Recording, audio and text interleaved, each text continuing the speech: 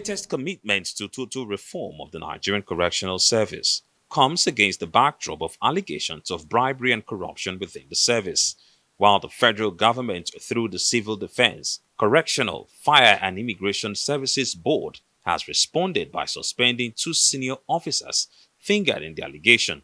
Nigerians are calling for stiffer punishment for all those that will be indicted by the Special Investigative Panel set up to probe the allegations. Social media influencer Martins Ose, also known as VeryDarkman, had alleged that cross-dresser Idris Okuneye, also known as Bobrisky, bribed officials of the custodial center who ensured he didn't spend a 6-month prison sentence at the assigned facility. At this meeting, the minister says nobody involved in the cross-dresser saga will escape punishment. One thing you can be sure of, be sure of this, and I swear to God Almighty, we will not shield anybody no matter who the person is. The reason why we took that decision yesterday, is that the in charge, who is a high senior officer, is a deputy controller. That is a senior officer. For error or whatever, he first of all takes while we investigate, so that there is no way anybody can tamper. And when you look at the team that we set up to investigate, you will see there is a mixture of civil society and public servants. The minister says other reforms of the correctional service will help improve security and welfare of inmates, efficient data management, and upgrading custodial centers. We have engaged in a series of infrastructural improvement. I don't want to say too much, but of course, Kuje Medium's Correctional Center is not far from here. I will encourage that you just you go to Kuje and see it as an example of what God has helped this administration to achieve in terms of infrastructural uplift, even to the cells, to infrastructure, to water, to electricity, to the environment. A lot of infrastructural work had been done. And also, part of what we have been able to do is, in Niger State, we've completed the renovation of the administrative block and, of course, a new block at Suleja Prison Correctional Center. In Kano, we reconstructed the observation tower and, of course, also constructed and rebuilt a mini armory strengthening security measures. In Lagos State, we built a 96 capacity solid concrete cell block at Kirikiri maximum security facility, therefore increasing and improving accommodation for our. In 2024 alone, a combined 400 inmates have escaped custodial centers in Niger State and Borno when some parts of the perimeter fence was pulled down by heavy rains and flood. The Minister of Interior is also facing criticisms after disturbing videos emerged of poor feeding conditions of inmates in Afokang Custodial Center in Calabar, despite an increased budget allocation for feeding of inmates. Ferdinand Duroja, Arise News.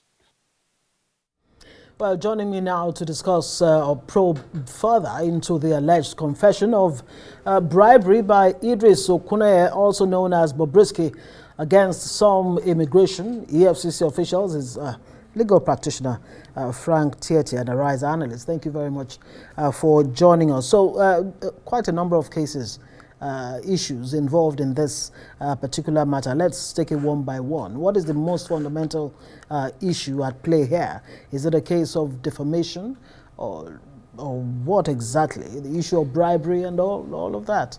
I think it's a case of national self-deception, where a minister will pretend that he didn't know that this has been the description of the situation in Nigerian correctional centers, Nigerian prisons. Or does he think that it is by swearing to God that people will believe him? Nigerians believe that big men, whenever they are sentenced, don't go to prison, and that they have special treatments.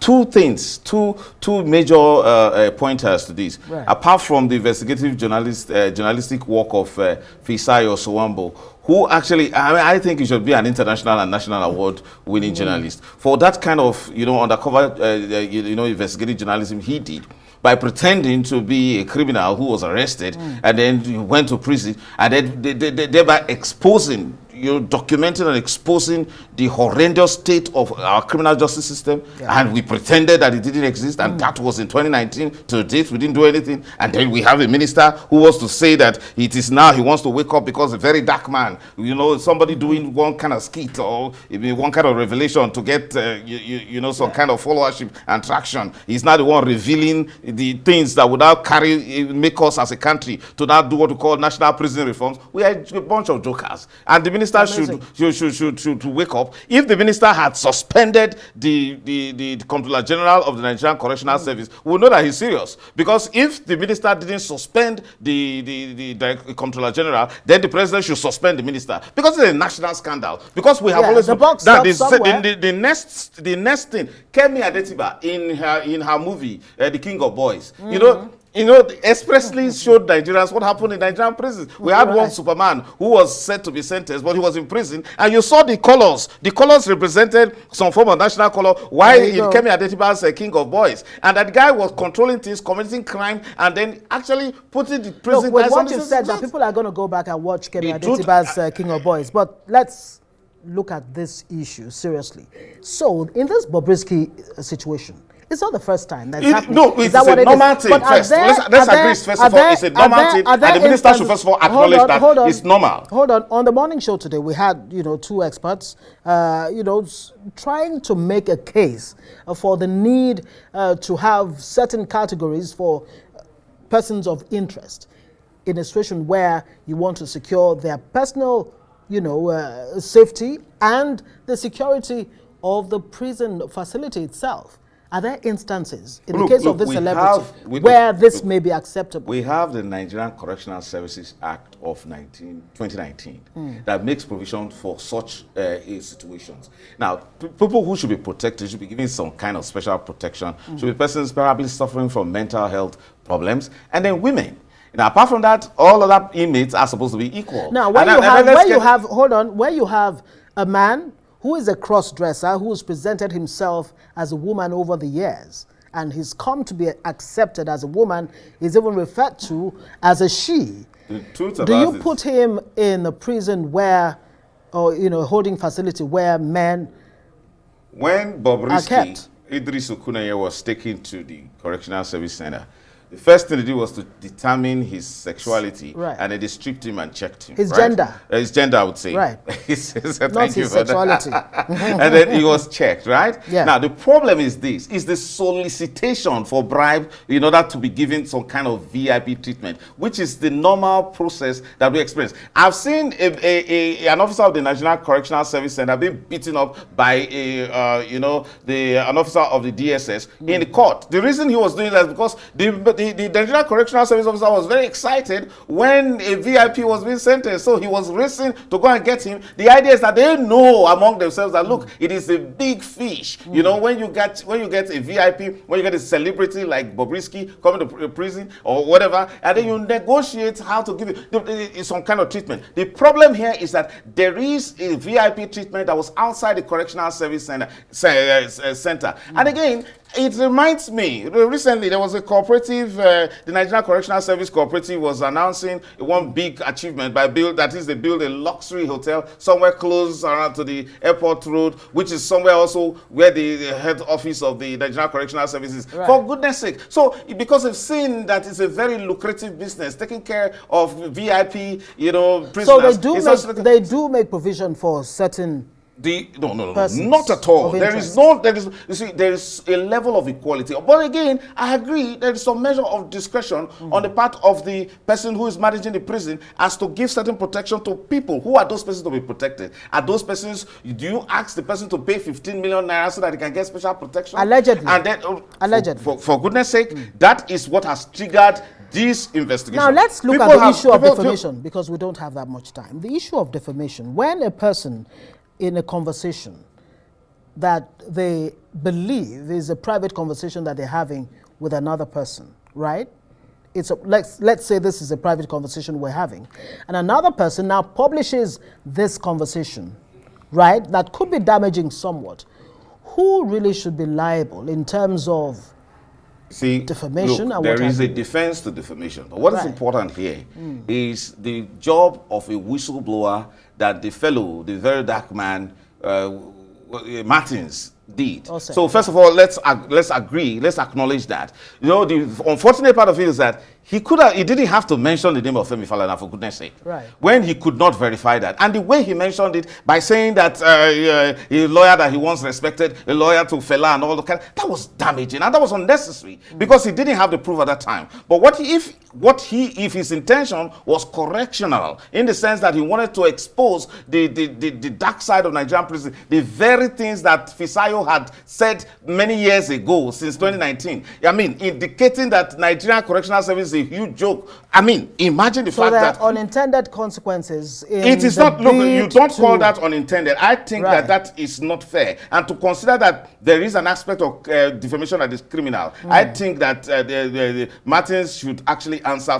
to that. He could have simply said a certain prominent lawyer and not make unfortunate and unfounded allegations, especially when Mr. Femi Falana SAN has now said he has never had such kind of a conversation. And you need to know the personality of the Falana that we're talking about. For goodness sake, how much is involved? And then you need to also look at the fact that you are talking about prerogative of mercy. Do you think it just happens because a lawyer applies? You forget that there is a committee that is set up that makes a recommendation to either the governor or the president. So this whole joke, but it's wrong. And again, come back, and I don't want to forget about this. Under the administration of this Comptroller General, between 2021 and 2024, we've had not less than 8 prison breaks, and with 4,000 inmates, most of them who are Boko Haram terrorists, and they're fleeing, escaping. So we have this kind of inefficiency in treating our inmates, and something fundamental needs to be done. So the minister needs to go beyond this idea of suspending some 2 persons who are just carrying out a norm in the Nigerian Correctional Service, and then go more fundamental about it, if we are not joking as a country. What are these fundamental reforms that need to be put in place First of all, to fix our correctional services? We keep telling ourselves that we have some of the best laws, and indeed it is true. Run the correctional service according to the book. We have custodial services, services, sentencing, and non-custodial services that can be rendered by the correctional service. For goodness sake, we're talking about somebody who was supposed to be spraying money, who was supposed to be abusing Naira, and we thought that the best thing that we could do as a way of correcting it was to send him to prison for 6 months, whereas other persons did not got lighter sentences, or they were even slapped in the wrist, forgetting that somebody advised that person that please go and plead that you're guilty so that you can get this, not knowing that the man was being settled. For goodness sake, if Bobrisky were to have good counsel, right now he's a victim of the corrupt and inefficient criminal justice system of this country, and he should sue the federal government as we speak, because not only that, he was said to have solicitation to him that he should bring money so that a certain charge be dropped. Can you imagine that? And the people who are involved, whether the correctional service, whether it is the Ministry of Interior, these are the same persons who say they are conducting one form of investigation, or even the EFCC. It cannot be. These are all allegations. Whether you call them allegations or not, these are norms. These are things that have existed. And where is the ICPC here? Because we are talking principally about bribery and corruption, about the destruction of our criminal justice system, and you want the same persons who they are the perpetrators to do the investigation. I think we must stop this national joke.